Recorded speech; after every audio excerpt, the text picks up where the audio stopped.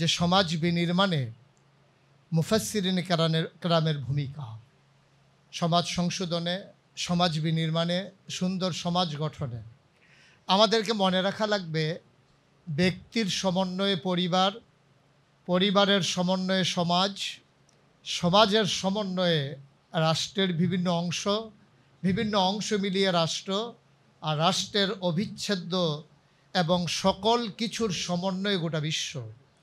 এ পৃথিবীর যদি আমি সন্তান হই, এ পৃথিবীর যদি আমি নাগরিক হই, নিজেকে যদি কোনো গণ্ডির ভিতরে আবদ্ধ না করি, আমি যদি নিজেকে কোনো একটা এলাকার প্রতিনিধি মনে না করি, আমি যদি মনে করি আমি বিশ্বমায়ের সন্তান, অর্থাৎ এ গোটা বিশ্ব বিনির্মাণে আমার ভূমিকা আছে, তাহলে আমার ব্যক্তি থেকে শুরু করে পরিবার, সমাজ, রাষ্ট্রের অংশ, রাষ্ট্র এবং সমন্বয়ে গোটা বিশ্ব বিনির্মাণে এবং সুন্দর এই ধরনী প্রতিষ্ঠার লক্ষ্যে আমাদের প্রতিটি কাজ, প্রতিটি কথা, আমাদের প্রতিটি ক্ষণ, প্রতিটি মুহূর্ত আমরা যদি ব্যয় করতে পারি তাহলেই সম্ভব। সম্মানিত উপস্থিতি, আমাদের দেশে যারা মুফাসসির, যারা ইমাম, আমি দুটো একসাথে মিলিয়ে বলছি যে আমাদের জন্য বিশাল একটা ক্ষেত্র আছে। বাংলাদেশে যে কোনো রাজনৈতিক দল, রাজনৈতিক নেতৃবৃন্দ, তারা কথা বলার আগে মঞ্চ সাজাতে হয়, সাজাতে গিয়ে টাকা খরচ করতে হয়, তারপরে দলীয় কর্মীর সমন্বয়ে মঞ্চ সাজাতে হয়, মঞ্চকে রৌনক করতে হয়। কিন্তু আপনি জেনে খুশি হবেন, আমরা যারা মঞ্চে কথা বলি, আমরা যারা মসজিদের মেম্বারে কথা বলি, আমরা তো টাকা খরচ করা লাগেই না, লোকজনকে টেনে টেনে আনা লাগেই না, উপরন্তু আমাদের জন্য লোকজন বসে অপেক্ষা করে। এটা হচ্ছে সবচেয়ে বড় প্লাস পয়েন্ট আমাদের। সুতরাং এই জিনিসটাকে যদি আপনি কাজে লাগাতে না পারেন, আপনি নিমক খাওয়ার পরে নিমকের শুকরিয়া যদি আদায় না করেন, এটা নিমক হারামি। নিমক হারামি মানে সবাইকে অস্বীকার করা না, আপনি যথেচ্ছ ব্যবহার না করা, এটাই নিমক হারামি। আপনি মাথার টুপি যত কম দামি হোক পায়ে যেমন দিয়ে পড়তে পারবেন না, পায়ের জুতা যত দামি হোক মাথায় নিয়ে যেমন হাঁটতে পারবেন না। আপনাকে যে সুযোগ দেওয়া হয়েছে আল্লাহর পক্ষ থেকে, সেই সুযোগকে যদি আপনি কাজে লাগাতে না পারেন, তাহলে এমনটাই হয়ে যাবে আপনি যেন মাথার টুপিকে পায়ে দিলেন আর পায়ের জুতোকে মাথায় নিয়ে হাঁটলেন। আপনাকে বুদ্ধিমান তো নয়, আপনাকে বলা হবে নির্ভুল। অথচ আপনার ব্যাপারে আল্লাহই বলেছেন, কুল হাল ইয়াস্তাবিল্লাযীনা ইয়ালামুনা ওয়াল্লাযীনা লা ইয়ালামুন, বলে দিন যে জানে না উভয় কি সমান। যেহেতু আপনি জানেন, আপনার দায়বদ্ধতা বেশি, আপনি যেহেতু জানেন এই সমাজ বিনির্মাণে আপনার ভূমিকা বেশি। সুতরাং আমরা যারা জানা মানুষ, অন্তত মানুষ মনে করে, কিন্তু আমরা তো জানি আমরা কতটুকুন জানি, আমরা অনেক কিছুই জানি না। তারপরেও যতটুকুন জানি, এই জানাটুকুন কাজে লাগাতে পারলেই সমাজ বিনির্মাণে আমাদের ভূমিকা হবে অত্যন্ত সুন্দর। ধর্মীয় জ্ঞানের পাশাপাশি আমাদের সবচেয়ে বেশি দরকার বৈষয়িক নানান বিষয়ের জ্ঞান।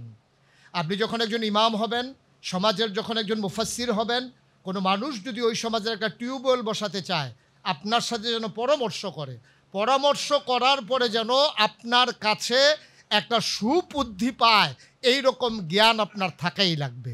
যদি না থাকে আপনার সাথে পরামর্শ করবে কেন?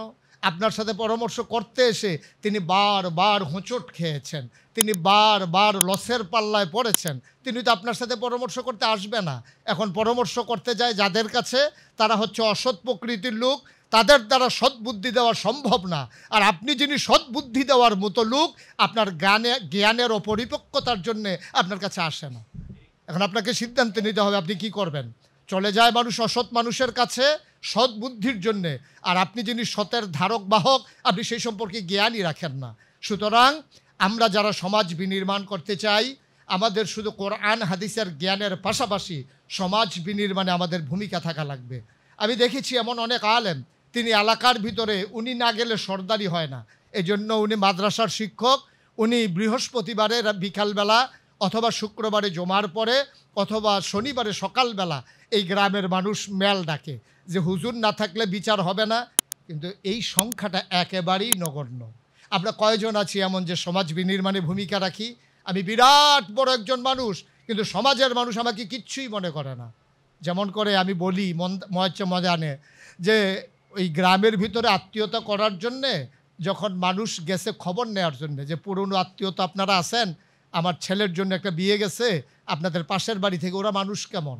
তো উনি কতক্ষণ চুপ করে থেকে বলতেছে, কাদের কথা বলতেছেন? কয় যে আপনাদের দক্ষিণ বাড়ির মানুষগুলো।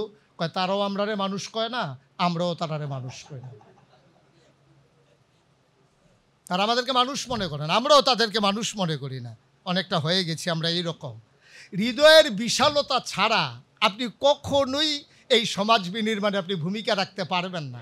আপনি কেন তাকান তার টুপির দিকে? আমি তো মঞ্চে বারবার বলি, আমরা একজন আলেম দেখলেই তার টুপির দিকে তাকাই। গুল পাঁচকল্লি কাজ করা নাকি উঁচু? এখন কিন্তু সকল সমাজের বক্তাদের আমাদের টুপি নির্ধারণ, টুপি দেখলে আপনি বুঝে ফেলবেন যে এটা কোন এলাকার বক্তা, কোন সমাজের বক্তা, কোন দলের বক্তা।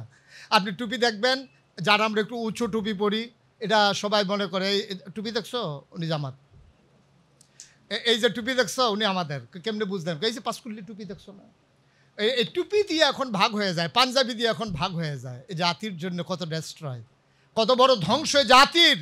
সুরত দিয়ে যখন মানুষের মূল্যায়ন করা হয় তখন সিরত তখন লোপ পেয়ে যায়। এজন্যই আবেদারি তৈরি হয়, কারণ সুরতের দাম আছে বাংলাদেশে, সিরতের দাম নাই। এখানে নমুনার দাম আছে, এখানে চরিত্রের দাম নাই। এজন্য আজকে আবেদালি তৈরি হয়, এজন্যে বেনজির নজির স্থাপন করে। সুতরাং আমাদেরকে এই কথাগুলো মনে রাখতে হবে। সবচেয়ে বড় ক্ষেত্র যেহেতু মসজিদ, আমরা এটা কাজে লাগাবো। যেহেতু সবচেয়ে বড় মঞ্চ আমাদের সেই ওয়াজের মঞ্চ, আমরা সেটাকে কাজে লাগাবো। গোঁড়ামি অবশ্যই পরিহার করা লাগবে, যেটা আমাদের সম্মানিত সভাপতি সুন্দর করে বলেছিলেন যে আমরা কি করি, আমরা সাধারণত মনে করি আমি অনেক জানি। ভাই আপনি কতটুকুন জানেন? আপনি কতটুকুন জানেন? আপনি কিচ্ছুই জানেন না। আসলে যে বলে অনেক কিছু জানি এবং অহমিকা করে বলে পারি না বলতে কোনো শব্দ নাই। আপনারা নিশ্চয়ই দেখেছেন, নিশ্চয়ই সোশ্যাল মিডিয়ায় শুনেছেন যে পারি না বলতে কোনো শব্দ নাই, মানে আমি কিছুই পারি না। পারি না বলতে যেহেতু শব্দ নাই, তো কিছুই পারি না, আর শব্দও তো নাই, সুতরাং কোনো সমস্যাও নাই। এটা আমাদেরকে মনে রাখা লাগবে। আমাদেরকে জায়েজ নাজায়েজের ফতুয়া আমাদের মতো মানুষের তালাশ করা মানায় না। আমরা কেন জায়েজ খুঁজবো, আমরা কেন নাজায়েজ খুঁজবো? আমরা তার ঊর্ধ্বে গিয়ে আমরা তাকওয়া অবলম্বন করবো ইনশাআল্লাহ। জায়েজ নাজায়েজ তো সাধারণ মানুষের জন্য, আমাদের জন্য না। আমরা তাকওয়া অবলম্বন করবো, পরহেজগারি অবলম্বন করব।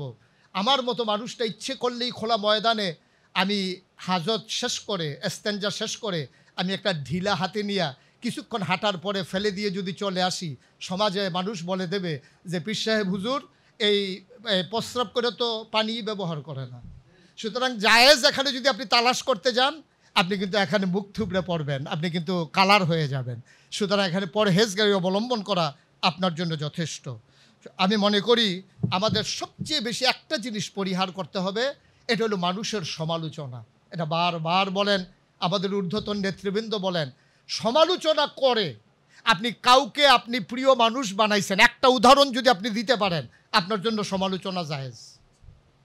একজন লোককেও আপনি সমালোচনা করে কাছে টানতে পারবেন না। আপনি দেখছেন ওর গালের ভিতরে ফোড়া, আপনি বলছেন ভাই আপনার গালের ভিতরে মনে হয় ফোড়া হয়েছে, তো তোমার কি হয়েছে? আমার গালে ফোড়া হয়েছে, তোমার সমস্যা কি? এটা হলো জবাব। ফোড়া দেখা ফোড়া বলা যায় না, আর আপনি আন্দাজ করে বলে দিবেন গালটা ওসা মনে হয় ফোড়া নাকি আপনার, কি পাইছেন? আর এই করে মানুষকে কাছে নিয়ে আসবেন আপনি মনে করেন? কোনোভাবেই সম্ভব না, কোনোভাবেই সম্ভব না। ভালোবাসা দিয়ে, হৃদয়তা দিয়ে মানুষকে কাছে টানতে হয়। লাভ does not keep A record of রং। ভালোবাসা কখনো ভুলের হিসাব রাখে না, সেইভাবেই নিজেকে তৈরি করে নিতে হবে ইনশাআল্লাহ। আমি বিশ্বাস করি ইতিমধ্যে আপনাদের হৃদয়ের বিশালতা তৈরি হয়েছে।